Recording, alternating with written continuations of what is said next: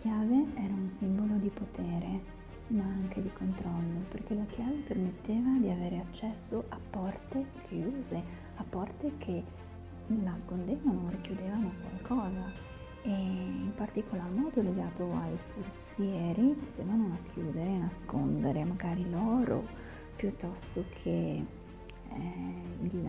monete, diamanti o qualsiasi altra cosa potesse essere ritenuta di valore.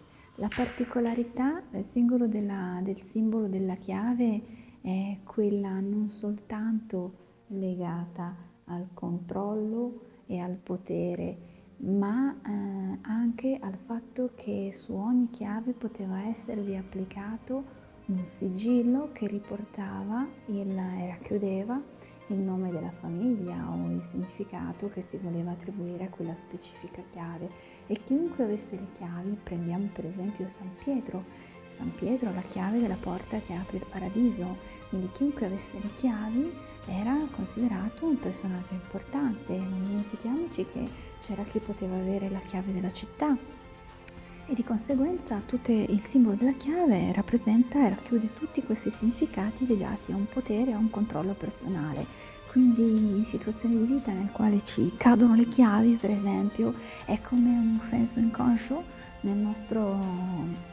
modo di essere, nel quale in quel momento magari stiamo perdendo un controllo nella nostra realtà. Questo è il simbolo specifico legato alla chiave: controllo, potere, ma chiave anche ricchezza, perché come dicevo io prima era la possibilità di poter avere accesso a forzieri che magari racchiudevano tesori.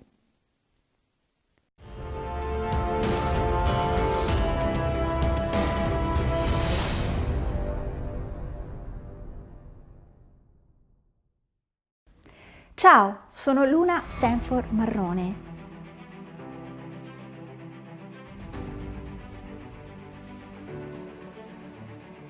E non sono soltanto una ricercatrice studiosa e appassionata di simbologia, ma sono nata e cresciuta nei simboli.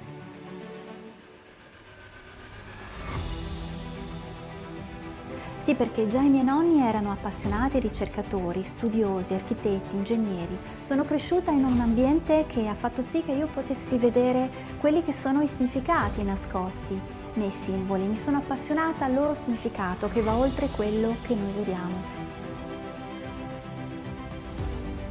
È un significato che raggiunge l'anima. Ho deciso così, per questo motivo, di farne una professione e di raccontarvi quello che c'è dietro ad ogni simbolo. Seguitemi sulle mie pagine.